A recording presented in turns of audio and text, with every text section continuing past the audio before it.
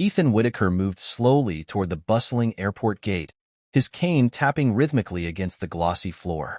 His faded navy jacket hung loosely on his wiry frame, its patches and insignias worn and weathered by time, each one a testament to his storied past. Wisps of silver hair peeked from beneath his old cap, framing a face carved with deep lines of hardship, resilience, and quiet pride. To any passerby, he might have seemed like just another elderly traveler. But Ethan wasn't embarking on a leisurely trip. He was headed to Washington, D.C., for a ceremony honoring the valor of his naval unit. Ethan had always shied away from grand gestures and public recognition. Yet, this was different. It wasn't about personal glory. It was about remembering the sacrifices, the courage, and the bonds forged in the crucible of war. Most of his comrades were gone now, their stories fading into obscurity.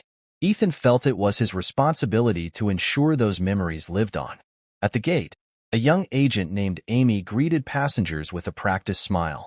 When Ethan handed her his boarding pass, her smile faltered for a fraction of a second before snapping back into place. "Sir," she began, her tone polite yet firm, "this ticket appears to be invalid for this flight." Ethan's brows knitted together in confusion. "That can't be right," he said, his voice steady but tinged with frustration. "I bought this ticket weeks ago." Amy's expression grew tense as she scanned the ticket again. "I'm sorry, but this seat has been reassigned to another passenger. You'll need to wait here while we sort this out." Ethan sighed deeply, stepping aside to let others board. He leaned heavily on his cane as the minutes ticked by. Around him, the airport buzzed with activity, but he remained motionless, a solitary figure amidst the chaos. Unbeknownst to Ethan, a man in his mid-30s stood a few feet away, observing the scene unfold. Dressed in a plain black jacket and jeans, Alex Carter blended seamlessly into the crowd. Yet, Alex was far from an ordinary traveler. He was the owner of Carter Airways, the very airline Ethan was attempting to board.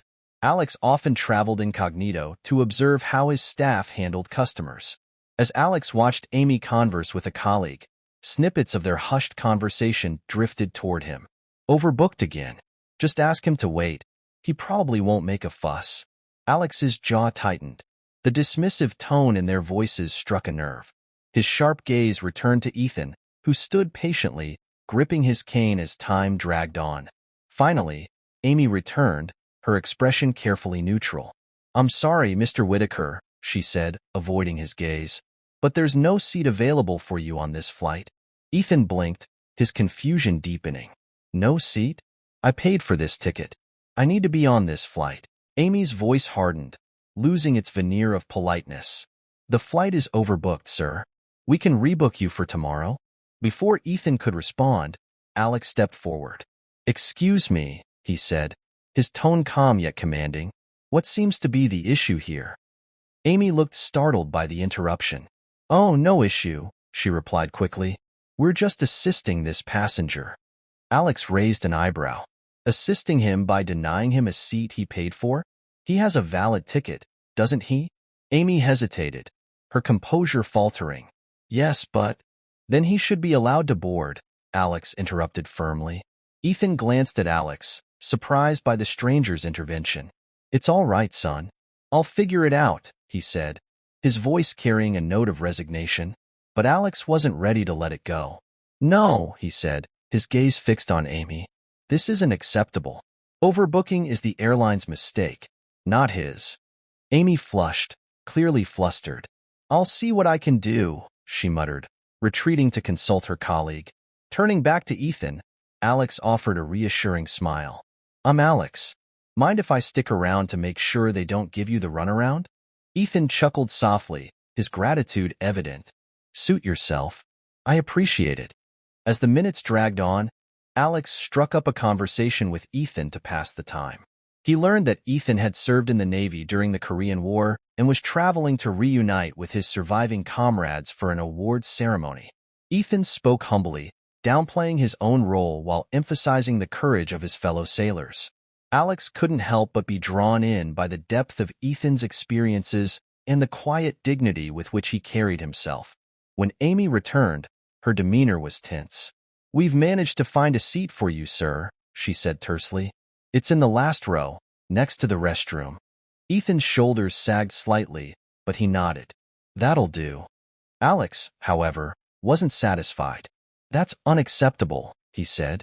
He paid for a specific seat. Amy's forced smile returned.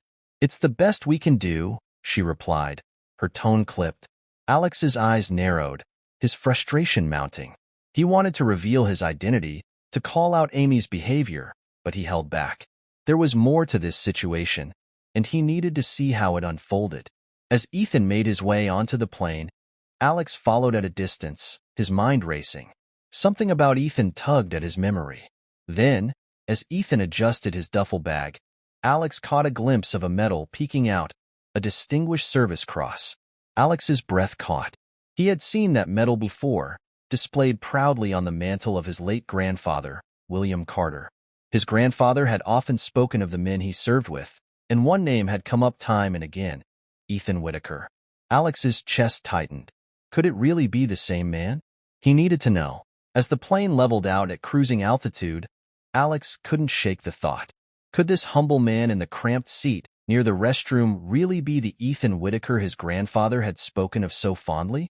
The man whose bravery and leadership had saved countless lives, including his grandfather's, during the Korean War? Alex had to find out. He stood and made his way toward the back of the plane. Mind if I sit here for a bit? He asked, gesturing to the empty seat beside Ethan. Ethan looked up, his sharp eyes narrowing slightly as if to assess Alex's intentions, then nodded. Sure, son. As long as you don't mind the smell back here, he joked, gesturing toward the restroom. Alex chuckled, easing into the seat. I've had worse, he replied, his tone light. After a moment, he leaned in slightly. That's an impressive medal you've got there. Distinguished Service Cross, right? Ethan's eyes flickered with surprise. Not many recognize it these days, he said, his voice low but steady. Alex nodded. My grandfather had one. He used to tell me stories about the men he served with. Said they were the real heroes. Ethan's lips curved into a faint smile. Your grandfather must have been one of them then, he replied. Alex hesitated, choosing his words carefully. He talked a lot about someone named Ethan Whitaker. Said he wouldn't be alive if it weren't for him. The faint smile on Ethan's face faded, replaced by a look of quiet reflection. William Carter, he murmured, his voice tinged with emotion. I remember him.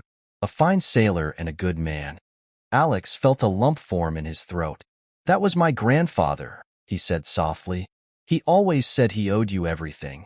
Ethan shook his head, his expression resolute. Your grandfather didn't owe me a thing. We looked out for each other. That's what you do in war. You look out for the man next to you. Their conversation was interrupted by a flight attendant approaching with a tight smile. Sir, I need you to return to your seat, she said to Alex, her tone clipped. It's against policy to block the aisle near the restrooms. Ethan cleared his throat. It's all right, son. Don't cause trouble on my account, he said, a note of finality in his voice. Reluctantly, Alex stood. I'll be back, he said quietly before returning to his seat. Back in his row, Alex's mind raced. This man wasn't just a hero from his grandfather's stories. He was a living embodiment of sacrifice, courage, and integrity. And his airline had failed him. When the plane landed, Alex waited for Ethan near the baggage claim. Mr. Whitaker, he called out as the older man retrieved his worn duffel bag. Do you have time for a cup of coffee? There's something I'd like to share with you. Ethan raised an eyebrow, surprised by the young man's persistence, but eventually nodded. All right, son. I suppose I've got time. They found a quiet corner in a cafe, the hum of the airport fading into the background as steaming cups of coffee were placed before them. Alex listened intently as Ethan recounted stories of his time in the Navy. He spoke with humility, glossing over his own heroics, but vividly describing the camaraderie and sacrifices of his comrades. Finally, Alex leaned forward. There's something I need to tell you, he began. I wasn't just a passenger on that flight. I own Carter Airways. Ethan's eyes widened slightly, but he remained silent, waiting for Alex to continue. I started this airline to honor my grandfather's memory, Alex explained. He taught me about integrity and treating people with respect. Today, We failed you, and I'm going to make it right. Ethan studied Alex for a long moment before nodding. Your grandfather would be proud of you, he said simply. Over the next few weeks, Alex made good on his promise. He launched a new initiative called Operation Honor Flight, designed to ensure that veterans like Ethan were treated with the dignity and respect they deserved. Policies were overhauled, staff underwent extensive training, and partnerships were formed with veteran organizations. The highlight of the initiative was a ceremony dedicating a plane to Ethan and his unit. Its tail was painted with the words, Ethan Whitaker, a legacy of courage. On the day of the inaugural flight, Ethan stood on the tarmac, his eyes misty as he gazed up at the plane that bore his name. Alex stood beside him, his heart swelling with pride. This isn't just for you, Alex said. It's for every veteran whose story deserves to be remembered. Ethan nodded, his voice thick with emotion. Thank you, son, for seeing us, for making sure we're not forgotten. As Ethan boarded the plane, Alex watched him disappear into the cabin, his silhouette framed against the bright sky. This wasn't just about honoring one man. It was about ensuring that the sacrifices of all veterans were etched into the skies, never to be forgotten. For the first time in years, Ethan felt truly seen, his legacy soaring high above the clouds for generations to come.